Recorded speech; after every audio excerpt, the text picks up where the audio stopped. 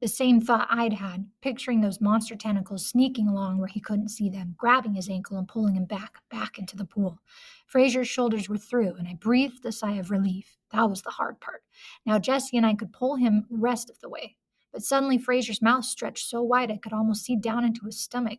At first, no sound came out, but his eyes bugged out with terror. He gasped like a fish a couple times, then said, "It's got me!" Jesse and I each grabbed a shoulder, but we couldn't hold on. Fraser was yanked back through the opening so fast his Superboy cape flipped over his head.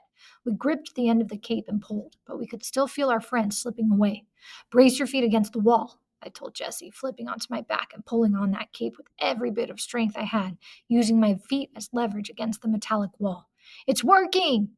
cried Jesse. It was true. I felt Fraser slide back toward us an inch, then another. A moment later, his hand appeared, gripping the edge of the opening.